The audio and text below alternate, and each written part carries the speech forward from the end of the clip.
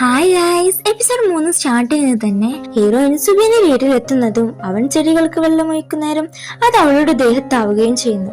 അവൻ പറയും, ഞാൻ വിചാരിച്ചതിനും നേരത്തെയാണല്ലോ താൻ. ഡയറക്ടർ സുബി എന്ന് പറഞ്ഞ് ബൊക്കെയൊക്കെ നൽകുന്നുണ്ട്.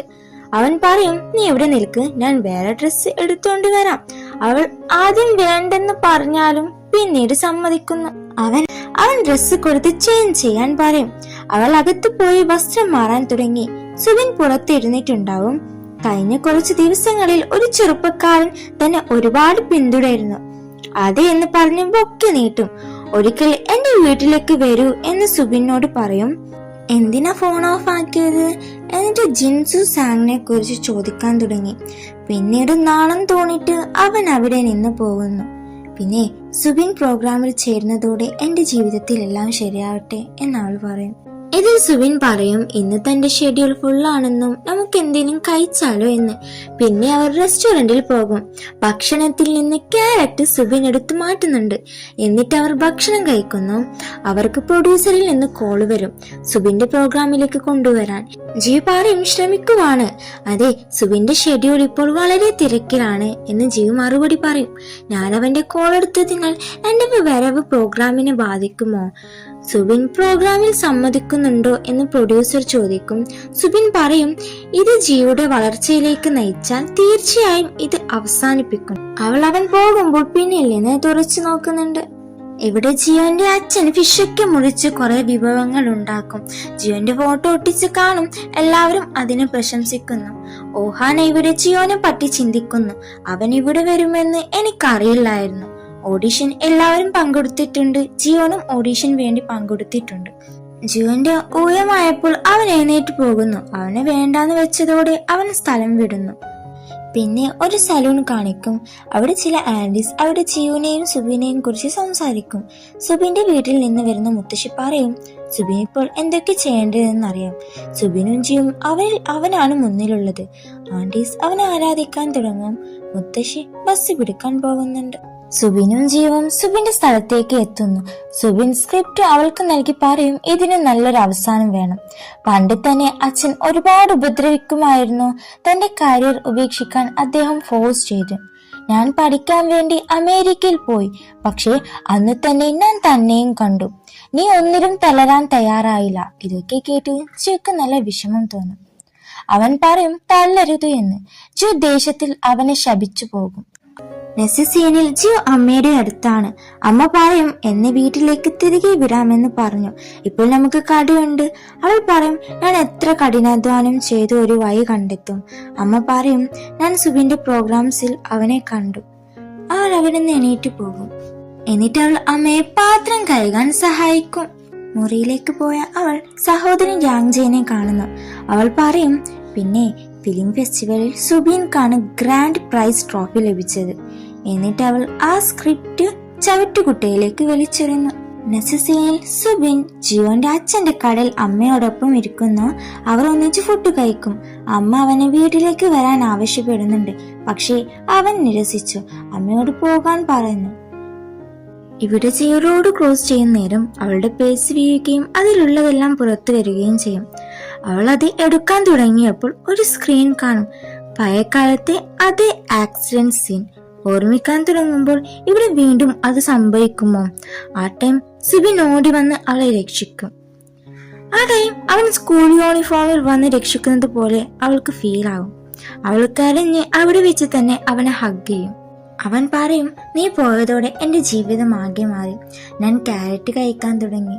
എത്ര മോശമായ കാര്യങ്ങളാണ് സംഭവിച്ചത്. ഓർമ്മകൾ മാത്രം ബാക്കിയായി. അവൻ പറയും, ആ ഓർമ്മകളാണ് ഞങ്ങളെ കൂടുതൽ അടുപ്പിച്ചത്. ജിയുടെ ഒരു ലവ് സ്റ്റോറിയെ കുറിച്ചുള്ള തിരക്കഥയുമായി അവിടെ ഇരിക്കുവാണ്. ഈ സമയം അവൾ പഴയ മൊമെന്റ്സ് ഒക്കെ ഓർക്കുന്നുണ്ട്. നെക്സ്റ്റ് സീനിൽ മാനേജർ ഫ്രണ്ടിനൊപ്പം റെസ്റ്റോറന്റിൽ ഫുഡ് കഴിക്കാൻ വന്നിട്ടുണ്ടാവും സുബിൻ. അവൻ പറയും, സ്ക്രിപ്റ്റ് ഞാൻ അവൾക്ക് തിരികെ നൽകി. ഫ്രണ്ട് പറയും, നിനക്കൊരു കോപ്പിയെങ്കിലും വെക്കാമായിരുന്നില്ലേ? ഓഹാന ഫോട്ടോ ഒക്കെ എടുക്കുന്നുണ്ട്. അവിടെ ജിയൻ ഒരു ചെറിയ വേഷം ചെയ്യുന്നു. ഓഹാന അതിലിരുന്ന് കഴിക്കുകയാണ്. ബാക്കി അവനോട് കഴിക്കാൻ പറയും. ഓഹാന അവനോട് പറയും, നമുക്ക് ഈ ബൈക്കിൽ ഒരു ചെറിയ യാത്ര പോയാലോ. അവൻ ഓക്കെ പറഞ്ഞ് അവളെ ഇരുത്തി റൈഡ് ചെയ്യും. അവൾക്കതൊരുപാട് ഇഷ്ടായി. അവൾ ജിയോന് നൽകാതെ ഹെൽമറ്റ് ധരിച്ച് അവിടെ നിന്ന് പോകുന്നുണ്ട്. എന്നിട്ട് താങ്ക് യു പറയും. ഇത് കേട്ട് ജിയോൻ അവിടെ നിന്ന് പോകും. നെക്സ്റ്റ് ഡേ ജിയോൻ തിരിച്ച് വീട്ടിൽ പോകുന്ന നേരം അവന്റെ ഹെൽമെറ്റ് നൽകാൻ വേണ്ടി വന്നിരിക്കുന്ന ഓഹാനയെ കാണും. ഞാൻ നിന്നെ ഇവിടെ നിന്ന് എല്ലാ ദിവസവും കാണാറുണ്ട്, ബട്ട് നീ എന്റെ ഫാനായില്ല. നീ എങ്ങനെയാ എന്റെ അഡ്രസ് കണ്ടെത്തി? ആ ടൈം അവൾ പ്രൊഫൈൽ എടുത്തു നീട്ടും. എന്നിട്ട് പറയും, ഇതുപോലെ ഒരു അനുഭവം എനിക്ക് ഒരിക്കലും ഉണ്ടായിട്ടില്ല. എനിക്ക് വളരെ ഇഷ്ടപ്പെട്ടു അത്. വീണ്ടും ഒരു ദിവസം നമുക്ക് ഇതുപോലെ യാത്ര ചെയ്യാം. അവൻ സമ്മതിക്കുന്നുണ്ട്. നീ എന്തിനാണ് ഇങ്ങനെയൊക്കെ ചെയ്യുന്നത്? അവൾ പറയും, ഒടുവിൽ എല്ലായ്പ്പോഴും ഇങ്ങനെയാണ്. ഷൂട്ടിംഗ് മുതൽ എല്ലാ കാര്യവും എനിക്കറിയാം, ബട്ട് ഫ്രണ്ട്സിനെ ഉണ്ടാക്കാൻ മാത്രം, അതാണ് പ്രധാനമായത്. എന്നിട്ട് അവൾ ജിയോനോട് പറയും, ഞാൻ തന്നെ എന്റെ ഫ്രണ്ടാക്കാൻ ആഗ്രഹിക്കുന്നു. ഓക്കെ എന്ന് അവൻ പറയും. ശരി എന്നാ നമുക്ക് നല്ല ഫ്രണ്ട്സ് ആവാം എന്ന് പറഞ്ഞ് സന്തോഷത്തോടെ അവൾ നമ്പർ ഹെൽമെറ്റിൽ എഴുതി തിരികെ നൽകും. സുബിന്റെ മാനേജർ ഒഹാനയുടെ അമ്മ സിയോ ആനിനോട് സംസാരിക്കും. സിയോ ആൻ പറയും, ഞാനൊരു ബിസിനസ് തുടങ്ങാൻ പോവാണ്, നീ എന്റെ പാർട്ട്ണർ ആവുമോ? ഓക്കെ, ബട്ട് ഇപ്പോൾ ഒരു നല്ല സ്ക്രിപ്റ്റിന്റെ പിന്നാലെയാണ്. സുബിനും ജീവും കോഷൻ ലവ് സ്റ്റോറി എന്ന അവർ ഒരുമിച്ചിട്ടുണ്ടാക്കിയത് അടുത്ത സ്ക്രിപ്റ്റായി തയ്യാറാക്കുവാണ് എന്ന് പറഞ്ഞ് ആ മീറ്റിംഗ് അവിടെ എൻഡ് ചെയ്യും. മാനേജർ സുബിനോട് ദേഷ്യപ്പെടുന്നുണ്ട്. സ്ക്രിപ്റ്റ് പെട്ടെന്ന് തിരികെ കൊണ്ടുവരും. സുബിൻ തന്റെ അഡ്രസ് മാനേജറിന് അയച്ചു കൊടുത്ത് ഇവിടെ വരാൻ പറയും. എന്നിട്ട് സ്വന്തം മാനേജറിനെ കാറിൽ നിന്ന് ഇറക്കി പോകുന്നുണ്ട്. പാവം മാനേജറിന്റെ ഫോൺ കാറിലായിരുന്നു. പ്രൊഡ്യൂസർ തന്റെ സീനിയറിനെ ടാക്സിയിലാക്കി അവിടെ നിന്ന് അയക്കുന്നുണ്ട്. പ്രൊഡ്യൂസർ ജിയോന്റെ അടുത്ത് പറയും, ഞാൻ തന്നെ നേരത്തെ വിളിച്ചായിരുന്നു. ജിയോ പറയും, ആ ടൈമിൽ ഞാൻ മീറ്റിംഗിലായതുകൊണ്ട് എനിക്ക് ഫോൺ എടുക്കാൻ പറ്റിയില്ല. താൻ സുബിനോടൊപ്പം എന്ത് ചെയ്യണമെന്ന് ഞാൻ തീരുമാനിക്കുന്നു. അവൾ ദേഷ്യത്തോട് സംസാരിക്കും. എന്നാ നീ എന്റെ ഡ്രൈവർ ആയിക്കോളൂ. പ്രൊഡ്യൂസർ തന്റെ ചാവി അവളുടെ കയ്യിൽ കൊടുക്കും. ആ ടൈം സുബിൻ പറയും, ജിയോക്ക് വണ്ടി ഓടിക്കാൻ കഴിയില്ലെന്ന്. അവൾ മദ്യം കുടിച്ചിട്ടുണ്ട്. അവൾ അതേപോലെ ആക്ടിങ് ചെയ്യും. പ്രൊഡ്യൂസർ സുബിനോട് ചോദിക്കും, ഇത് എപ്പോഴും ഇങ്ങനെയാണോ? എങ്ങനെയാണ് താൻ ആൾക്കാരെ ഫ്ലേർട്ട് ചെയ്യുന്നത് എന്ന്. ജിയോ, നിങ്ങൾ ഇതെന്തൊക്കെയാ പറയുന്നേ? കോളേജ് കാലം മുതൽ ഞങ്ങൾ നല്ല ഫ്രണ്ട്സ് ആണ്. അവൾ പറയും, പ്രൊഡ്യൂസർ ഒരു നല്ല ആളല്ല. അയാൾ മാധ്യമങ്ങളിലൂടെ തെറ്റായ വാർത്തകൾ പ്രചരിപ്പിക്കും. ജിയോ വളരെ ദേഷ്യപ്പെടും. എന്നിട്ട് അയാളെ കാറിൽ തള്ളിയിട്ട് ഓടിച്ചു പോകും. പ്രൊഡ്യൂസർ പറയും, ഇത്ര സ്പീഡൊന്നും വേണ്ട, പിന്നെ വലതുവശത്തേക്കെന്ന്.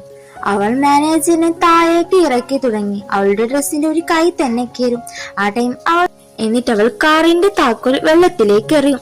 എന്നിട്ട് ദേഷ്യത്തോടെ പോകുന്നുണ്ട്. സുബിൻ പിന്നാലെ വന്ന് തന്റെ കോട്ടൂരി അവൾക്ക് ഇട്ടുകൊടുക്കും. പിന്നെ അവർ ഒരു കടയിൽ മദ്യപിക്കുന്നുണ്ട്. ക്യാഷിന് വേണ്ടി മാത്രമാണ് ഞാൻ ഈ ജോലി ഏറ്റെടുത്തത്. സുബിനോട് ദേഷ്യപ്പെട്ട് പറയും, ഞാൻ നിന്നെ കാണുമ്പോഴൊക്കെ നീ അങ്ങോട്ടും ഇങ്ങോട്ടും നടക്കുന്നു, പിന്നെ എന്നെ സമാധാനമായി കരയാൻ പോലും സമ്മതിക്കുന്നില്ല. എന്നിട്ട് അവൾ കരയുന്നുണ്ട്. സുബിൻ പറയും, എനിക്കിപ്പോൾ മനസ്സിലായി. നെക്സ്റ്റ് സീനിൽ ഡ്രസ്സൊക്കെ തറയിൽ കിടക്കുന്നു. ജിയോ ബെഡിലാണ്. അവൾ ഉണർന്ന് നാണക്കേടോടെ വേഗം വസ്ത്രം ധരിച്ച് സ്ഥലം വിടാൻ പോകുമ്പോൾ സുബിന്റെ ഫ്രണ്ട് അകത്തേക്ക് വരാൻ തുടങ്ങും. അവൾ ഓടി രക്ഷപ്പെടാനുള്ള ശ്രമത്തിൽ സുബിന്റെ കുളിമുറിയിൽ കയറി. അവൻ ആദ്യം പേടിക്കുന്നുണ്ട്. അവൾ അവനെ കണ്ട് കണ്ണു പൊത്തുന്നുണ്ട്. എന്നിട്ട് ഒളിക്കാൻ ശ്രമിക്കും. ആ ടൈം ഷവർ ഓണാവും. ഫ്രണ്ട് കുളിമുറി വാതിൽ തട്ടുന്നുണ്ട്. സുബിനും ജിയും ക്ലോസ് ആയി നിൽക്കുന്നത് കാണിച്ചിട്ടാണ് ഈ എപ്പിസോഡ് എൻഡാവുന്നത്.